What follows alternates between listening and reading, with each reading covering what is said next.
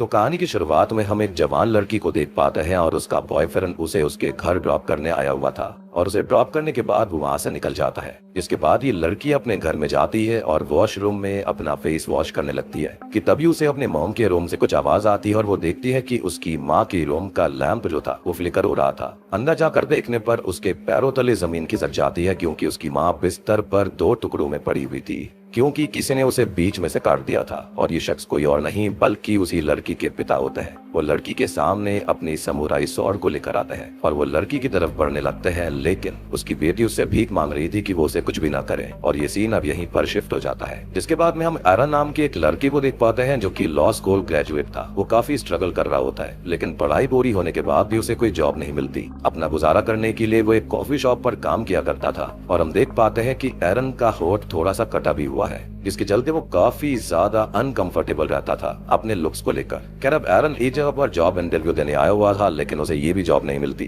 जिसके बाद में वो अपने अपार्टमेंट में जाता है, लेकिन उसके रूम का दरवाजा नहीं खुलता। दरअसल एरन ने 2 महीने से रेंट पे नहीं किया था, इसी वजह से उसके ओनर ने उसके रूम पर ही लॉक लगा दिया। अब एरन जो होता है वो ओनर से रिक्वेस्ट करता है कि वो उसे रूम के अंदर जाने दे, लेकिन ओनर ये कहता है कि वो पहले $3000 उसको दे तभी वो उसे अंदर जाने देगा। अब एरन पूरी तरह से बेबस और लाचार हो गया था और उसके पास अब कोई भी रास्ता नहीं बचता। खैर इसी बीच उसके पास उसकी एक्स गर्लफ्रेंड लीसा को कॉल आता है और लीसा उसे उसके पिता की मृत्यु के बारे में बताती है और ये सुनकर एरन दुखी हो जाता है, जिसके चलते वो अगले ही दिन अपने होम टाउन के लिए निकल गया था। अब वहाँ पर आते ही उसके ऊपर उसके पड़ोसी का कुत्ता पैरिंगटन भौंकने लगता है। तब उसका पड़ोसी येट्स अपने डॉग को संभालता है। येट्स अब एरन से कहता है कि वो बड़ा लॉयर बन चुका है, जिसका मतलब ये नहीं है कि वो भूल जाए कि वो कहाँ से आया हुआ है, और येट्स उसे इनडायरेक्टली टॉन्ट कर रहा था क्योंकि वो काफी दिन बाद यहाँ पर आया। और एक बात और थी कि यहाँ के सभी लोगों को ऐसा लगता है कि एरन एक बड़ा लॉयर है सिटी के अंदर, क्योंकि उसने सबको यही बता रखा था। सबको से मेरा मतलब ये है कि अपने माता पिता को भी उसने असलियत नहीं बताई थी। इसके बाद वो अपने घर के अंदर जाता है जहाँ पर वो अपनी मॉम केट से मिलता है और उससे मिलकर केट वही कहती है जो सबकी माँ लंबे समय के बाद मिलने पर उनसे कहती है। वो बोलती है कि वो काफी दुबला पतला हो चुका है। इसके बाद वो उसको नाश्ता करवाती है।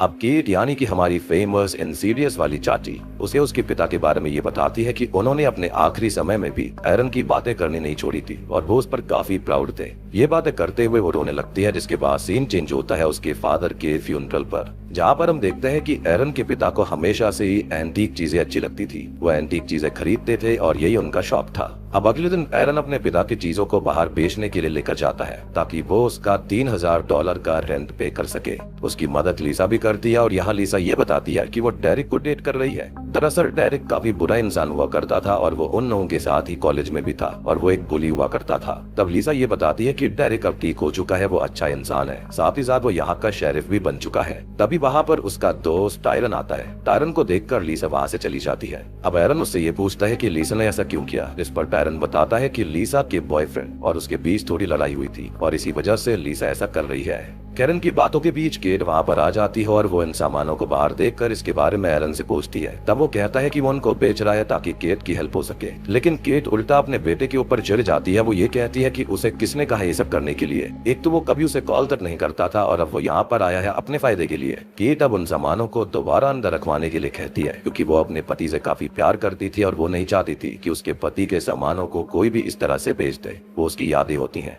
अब एरन अपनी माँ के होते हुए तो ये सामान बेच नहीं सकता था, इसलिए वो चुपके से एक एंशिएंट अर्न यानी कि एक वास को उठा लेता है। जिसके बाद वो रात में उस वास को $3000 में ऑनलाइन बेचने लगता है, लेकिन तभी उसकी टैब की स्क्रीन अपने आप बंद हो जाती है और तभी उसे बाहर से कुछ आवाजें आती हैं और वो चेक करने जाता है। बाहर आने पर उसे उसका स्कूल का बेस्ट फ्रेंड जेरेमी मिलता है। जेरेमी उसे कहता है कि उसने कोई कॉल और मैसेजेस भी नहीं किए उसे, ये बहुत ही गलत बात है। खैर वो उनके लिए वीट लेकर आया था, जिसके बाद दोनों ही रूम में चले जाते हैं। खैर अब बातों के बीच जेरेमी उस वास को देखकर कहता है कि ये तो काफी स्पोकी है। इसके बाद ये दोनों ही वीट पीते हैं, ड्रिंक करते हैं, जहाँ पर इन दोनों के बीच लीसा की बातें छिड़ जाती है। अब जेरेमी एरन को बताता है कि डेरेक अभी भी अच्छा इंसान नहीं बना है, वो लीसा को ठीक से ट्रीट नहीं करता, वो उसको मारता पीटता है। ये सुनकर एरन को बिल्कुल अच्छा नहीं लगता। खैर अब जेरेमी वहाँ से जाने लगता है और उसके जाने के बाद में डेरेक वहाँ पर आकर बैठ जाता है। डेरेक एरन से बिल्कुल अच्छे से बात नहीं करता और तब एरन उसको इनडायरेक्टली ये कहता है कि उसे लीसा के साथ अच्छे से रहना चाहिए, लेकिन डेरेक उसकी बातों को सीरियसली नहीं लेता।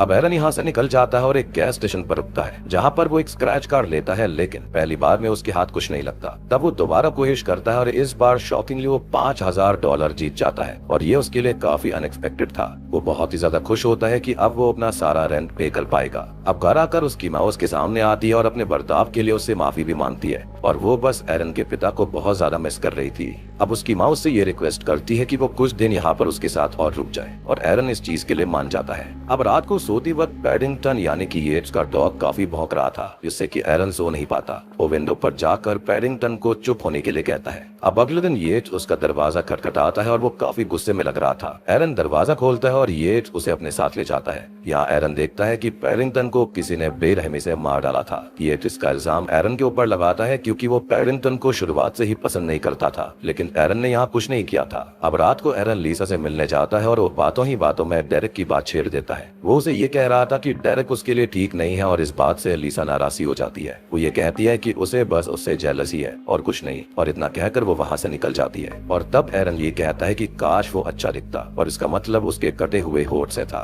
खैर वो अपने घर जाने के लिए रोड को क्रॉस कर ही रहा होता है कि तभी उसे एक कार ठोक देती है और उस कार के अंदर टायरन होता है। अब वो उसे जल्दी से जल्दी हॉस्पिटल पहुंचाता है और अगले दिन अब एरन को होश आता है, जहां पर डॉक्टर उसको बताता है कि उन्होंने उसके फेस का रिकंस्ट्रक्शन प्रोसीजर किया है, मतलब कि उसके फेस को दोबारा बनाया है क्योंकि हादसे के बाद उसका फेस खराब हो गया था। डॉक्टर के जाने के बाद टायरन वहाँ पर आता है और वो उसे माफी मांगता है। तब एरन उसको ये कहता है कि इसमें उसकी कोई गलती नहीं है, वो बस एक हादसा था। और ये सुनकर टायरन राहत की सांस लेता है, लेकिन टायरन बताता है कि उसे डेरेक ने ड्रिंक एंड ड्राइव के लिए पकड़ लिया था, जबकि उसने ड्रिंक भी नहीं करी हुई थी। और इससे हमको पता चलता है कि टायरन और डेरेक के बीच जरूर कोई लड़ाई है। बेसिकली टायरन के खिलाफ उसने केस कर दिया था। अब सीन डेरेक के घर पर शिफ्ट होता है, जहाँ पर हमको पता चलता है कि डेरेक लीसा के साथ सच में अच्छे से नहीं रहता। और तो और हम ये भी जान पाते हैं कि पहले लीसा टायरन को डेट कर रही थी और उससे पहले वो एरन को भी डेट कर चुकी है। आई गेट इट कि वो सुंदर है, लेकिन उसने यहाँ पर तीन लड़कों को एक साथ किस तरह से फंसाया था, काफी वियर्ड चीज है। और ये भी एक रीजन है कि डेरेक टायरन से चिढ़ता है और उसने वो उसके ऊपर झूठा केस भी लगाया था। खैर यहाँ पर उन दोनों के बीच दोबारा लड़ाई हो जाती है, जिसके बाद सीन हॉस्पिटल में आता है, जहाँ पर लीसा अब एरन से मिलने आई थी। वो डेरेक से थोड़ी परेशान सी हो गई थी और आज वो दिन था जब एरन के फेस से पट्टियां हटने वाली थी। अब नर्स आकर उसके फेस से पट्टियां निकालती है और एरन अपना फेस शीशे में देखता है और अपना फेस देखकर वो काफी खुश होता है, क्योंकि पहले से उसका फेस काफी खूबसूरत हो चुका था। और तो और उसके होठ पर जो लगा हुआ कट था वो भी गायब हो गया था। ऐसा लग रहा था कि जैसे कोई उसकी विशेष को पूरी कर रहा हो। पहले $5000 का मिलना, फिर उसका फेस सही हो जाना, पैडिंगटन की मौत हो जाना, काफी वियर्ड चीज थी यहाँ पर। अब इसके बाद वो घर जाता है और अपनी माँ केट को आवाज लगाने लगता है और केट काफी सैड बैठी हुई थी। वो अपने पति की यादों में खोई हुई थी और तब एरन उसको अपना फेस दिखाता है, जिसको देखकर उसकी माँ काफी हैरान और खुश हो जाती है। एरन उनसे कहता है कि वो यहाँ पर अब और लंबे समय तक रुकना चाहता है और ये सुनकर उसकी माँ काफी खुश होती है। वो ये कहती है कि काश उसके पिता उनके बीच होते, जिस पर एरन कहता है कि काश ऐसा हो पाता। अब रात को एरन ब्रश कर रहा होता है कि तभी शीशे में उसे अपना एक डिमोनिक रिफ्लेक्शन दिखता है कि तभी एरन की आंख खुल जाती है, क्योंकि ये उसका एक नाइटमेयर था और आज उसे लीसा के साथ बाहर भी जाना था। इसलिए वो रेडी होकर नीचे आता है, लेकिन उसकी माँ उसे अपने पास बुलाती है। वो काफी खुश लग रही थी और काफी से मतलब काफी ज्यादा खुश। वो उसे अपने साथ डांस करने के लिए कहती है कि इसी बीच लीसा आ जाती है और उसके बाद लीसा के साथ वो बाहर चला जाता है। खैर वो दोनों ही एक पेड़ के नीचे बैठे हुए थे, जहाँ पर वो लीसा को सॉरी कहता है और बताता है कि लीसा वाकई में किसी बेटर को डिजर्व करती है और वो खुश रहना डिजर्व करती है। ये सुनकर लीसा इमोशनल होकर उसे किस कर देती है। अब होम टाउन आने के बाद में एरन की जिंदगी अचानक से बदल गई। एक ट्विस्ट आ गया था उसकी जिंदगी के अंदर, मानो सारी खुशियां उसकी झोली में आकर गिर गई थी। अब रात में वो अपने फ्रेंड जेरेमी के साथ कार में बैठकर स्मोक कर रहा होता है कि तभी एरन को शहर में कुछ दिखाई देता है। वो अंदर शहर में जाकर देखता है, जहाँ पर वो अपनी माँ को नोटिस करता है, जो कि अपने हस्बैंड के साथ में डांस कर रही थी और उसके पति एक ज़ॉम्बी की तरह दिख रहे होते हैं, यानी कि एरन के पिता एक ज़ॉम्बी की तरह थे। अब ये देखकर एरन डर गया था और वो जाकर जेरेमी को इसके बारे में बताने की कोशिश करता है, लेकिन जेरेमी कार से गायब था। वो अब दोबारा शहर में देखता है, तब उसकी माँ वहीं पर होती है। एरन काफी घबराया हुआ था और उसकी माँ उसको ये कहती है कि उसके पिता लौट आए हैं, उनकी विश पूरी हो गई। तब वो ये कहता है कि वो उसके पिता नहीं है, कोई डीमन है। और ये सुनकर उसकी माँ उस पर बहुत चिढ़ जाती है और उसे घर जाने के लिए बोलती है। अब एरन घर जाने के बजाय सीधा जेरेमी के पास अस्पताल जाता है ताकि वो उसको ये सारी बात बता पाए। वो जेरेमी के घर का दरवाजा खटखटाता है, लेकिन जेरेमी की माँ दरवाजा खोलती है। वो एरन को देखकर हैरान थी क्योंकि वो कई सालों बाद वहाँ पर आया था। खैर एरन उससे जेरेमी के बारे में पूछता है और यहाँ पर उसकी माँ एक बहुत ही शॉकिंग बात रिवील करती है कि जेरेमी तो 1 साल पहले ही कार एक्सीडेंट के दौरान मारा गया। और ये सुनकर एरन हैरान और परेशान हो जाता है। वो उसकी माँ से कहता है कि ऐसा कैसे हो सकता है, थोड़ी देर पहले वो उसके साथ कार में था। अब तभी जेरेमी की माँ को ये लगने लगता है कि एरन शायद पागल हो चुका है और इसलिए वो उसके मुंह पर ही दरवाजा बंद कर देती है।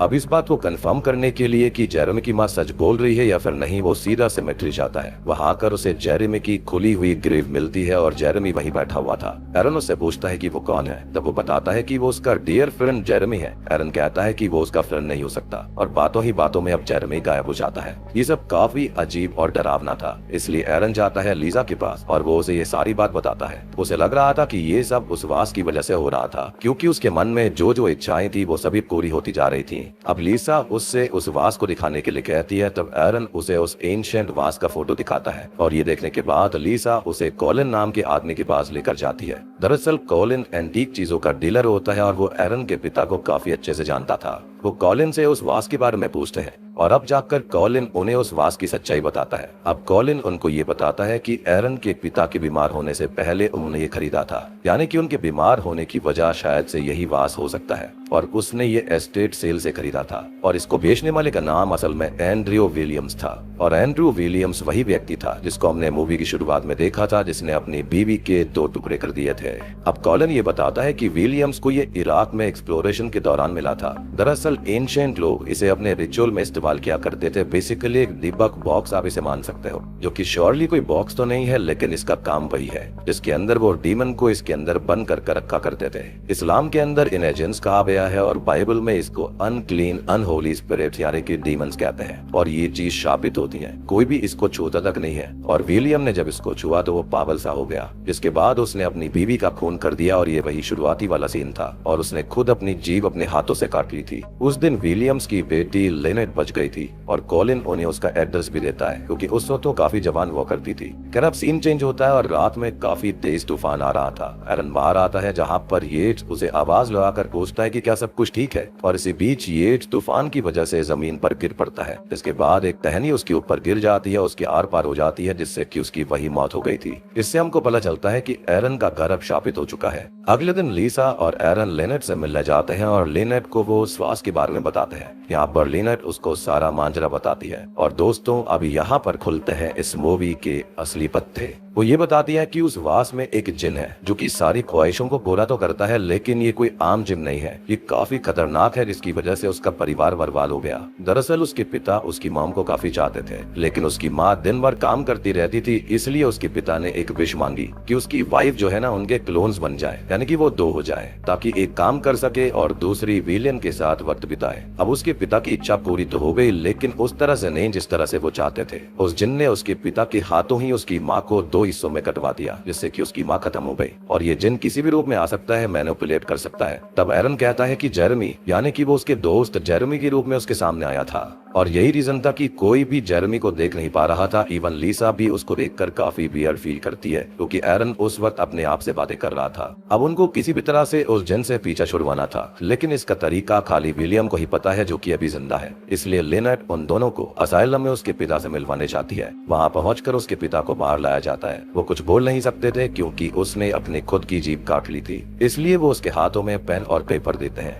विलियम पूछता है कि उसने अभी तक कितनी इच्छाएं मांगी है। इस पर वो बताता है कि उसने शायद 5 से 6 इच्छाएं मांगी होंगी, क्योंकि उसकी अभी आखिरी इच्छा यही थी कि वो अपने डैड को दोबारा ग्रेव में भेज दे। अब विलियम उसको कहता है कि कुछ भी हो जाए वो जिन से 7वीं विश को ना मांगे, क्योंकि 7वीं विश के बाद वो अपने सोल को खो देगा, यानी कि जिन 7 इच्छाओं को पूरे करने के बाद उसकी सोल को ले लेगा, यानी कि उसकी सोल को क्लेम करेगा और यही उस जिन का प्राइस था। अब ये देखकर एरन लीसा के साथ वहाँ से निकल जाता है और वो काफी डर चुका था ये सब जानकर। लीसा उससे पूछते है कि अब वो क्या करेगा। इस पर वो कहता है कि वो अपनी माँ के साथ बाद वापस शिकागो चला जाएगा। लेकिन लीसा उसको याद दिलाती है कि वो इससे भाग नहीं सकता क्योंकि ये चीज उसका पीछा करती रहेगी। वो उससे कनेक्टेड है, वो शापित हो चुका है। एरन भी अब लाचार था कि अब वो क्या करे। तभी वहाँ पर उसे अजीब लगने लगता है क्योंकि उसके आसपास के लोग अजीब बर्ताव कर रहे थे, इसलिए वो दोनों वहाँ से उठकर चले जाते हैं। वो घर आते हैं जहाँ पर एरन देखता है कि उसकी माँ ने खुद को खत्म कर लिया था और ये देखकर उसका दिमाग खराब हो जाता है। वो काफी दुखी होता है, जिसके बाद वो अकेला अपने रूम में बैठा हुआ था जहाँ पर वो जिन एक और विश मांगने के लिए उसे उकसाने लगता है। वो उसकी माँ लीसा और जेरेमी का रूप धारण कर उसके सामने आता है। अब वो अफसोस के साथ में 911 को कॉल करता है ताकि वो अपनी माँ की बॉडी को यहाँ से निकलवा सके। सोच रहा था कि शायद वो खुद को ही पकड़वा देगा जिससे कि वो विश ना मांग पाए। लेकिन तभी होता यह है कि एरन के घर पर डेरिक आता है जो कि एक शेरिफ था और वहाँ पर आकर वो एरन से कहता है कि वो लीसा से ना मिले वरना उसके लिए ठीक नहीं होगा। वो उससे लड़ने लगता है। तब एरन अपनी एक और विश मांगता है। वो कहता है कि मैं विश करता हूँ कि वो लीसा को कभी ना देख पाए। और तभी यहाँ पर एरन फंस जाता है क्योंकि डेरिक के रूप में कोई और नहीं बल्कि ये जिन होता है। ये देखकर एरन को काफी अफसोस होता है कि उसने गलती कर दी।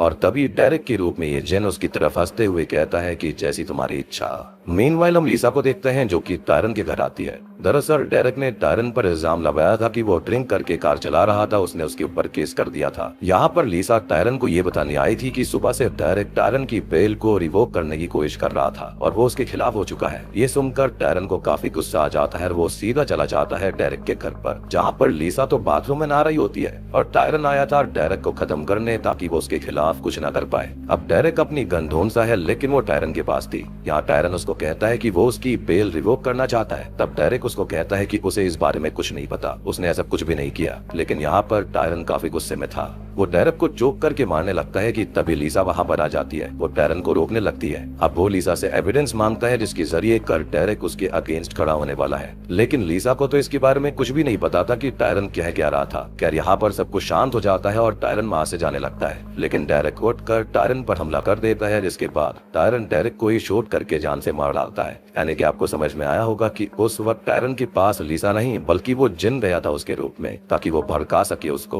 दरअसल ये सारी चीजें एरन की ही विश का हिस्सा थी। उसने जब विश मांगी थी कि डेरिक अब कभी भी लीसा को नहीं देख पाएगा और वो सच में हो गई थी। तभी वहाँ पर एरन आ जाता है ये सब रोकने के लिए, लेकिन काफी देर हो चुकी थी। वो लीसा को सब कुछ बताता है कि उसने क्या विश मांगी। अब यहाँ पर टायरन को कुछ भी समझ में नहीं आ रहा था। उसे लग रहा था कि सब उसके खिलाफ है। जिन ऐसा दिखा रहा था जैसे कि वो उसके खिलाफ ही बात कर रहे हो। अब तभी होता यह है कि गलती से टायरन शूट कर देता है और गोली लीसा को लग जाती है, जिससे कि लीसा वहीं पर अपना दम तोड़ देती है। ये देखकर टायरन खुद को शूट करके खत्म कर लेता है और एरन इन सब से काफी दुखी था। उसको एहसास हो चुका था कि ये सब उसकी गलती है और इसलिए अब वो अपनी आखिरी इच्छा मांगता है उस जिन से। वो जिन से ये कहता है कि उसकी 7वीं विश ये है कि वो उसी दिन मारा जाए जिस दिन टायरन ने उसे गाड़ी से ठोका था। और जिन उसकी इस विश को पूरा कर देता है क्योंकि यही तो वो चाहता था कि उसकी सोल उसकी हो जाए। अब वो उसी वक्त में पहुंच जाता है जहाँ पर टायरन ने उसे कार से उड़ा दिया था, जिससे कि उसकी वही मौके पर मौत हो जाती है। जिसके बाद सीन चेंज होता है और हम देखते हैं कि एरन अभी भी जिंदा था और वो अपने बेड से उठता है पानी पीने के लिए। लेकिन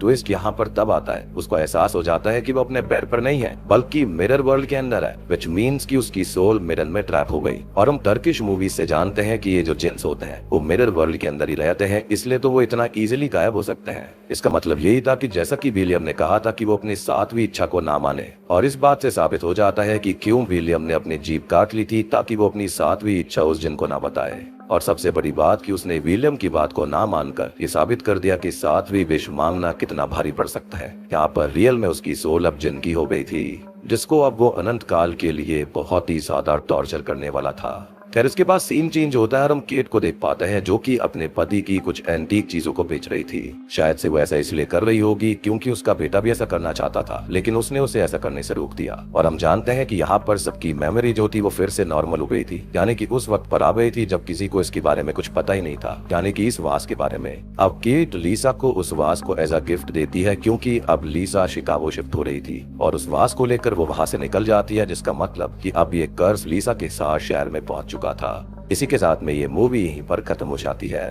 तो दोस्तों ये थी द फाइनल विश फिल्म की कहानी। उम्मीद करता हूँ कि आपको पसंद आई होगी। मूवी काफी इंटरेस्टिंग है, काफी बढ़िया है, आपको देखने में मजा आया होगा। यहाँ पर कुछ भी समझाने जैसा नहीं है। तो बेसिकली विलियम जो होता है उसको ये वास काफी टाइम पहले एक्सप्लोरेशन पर मिला था। उसने इसको छू दिया जिसके चलते वो शापित हो गया। उसने गलती से बहुत सारी विशेष मांग ली थी जिसके बाद ने उसने अपनी ही बीवी को मार डाला। और जब उसको ये अंदाजा लगा कि 7 विश होने के बाद ने उसकी सोल जिन की हो जाएगी तो उसने अपनी खुद की ही जीभ काट ली थी अपनी बेटी को बचाने के लिए।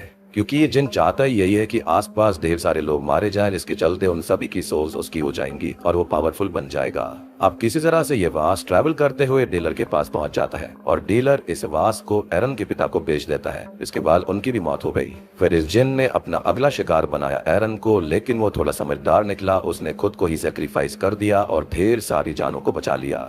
लेकिन हम जानते हैं कि ये जिन कितना शातिर और खतरनाक है और अब ये सिटी के अंदर लीसा के साथ साथ और भी लोगों को अपना शिकार बनाने के लिए रेडी है। तो दोस्तों उम्मीद करता हूँ कि आपको ये फिल्म पसंद आई होगी, एक्सप्लेनेशन अच्छी लगी होगी। अच्छी लगी है तो वीडियो को लाइक कर देना, चैनल के ऊपर नए हैं तो सब्सक्राइब कर लीजिए।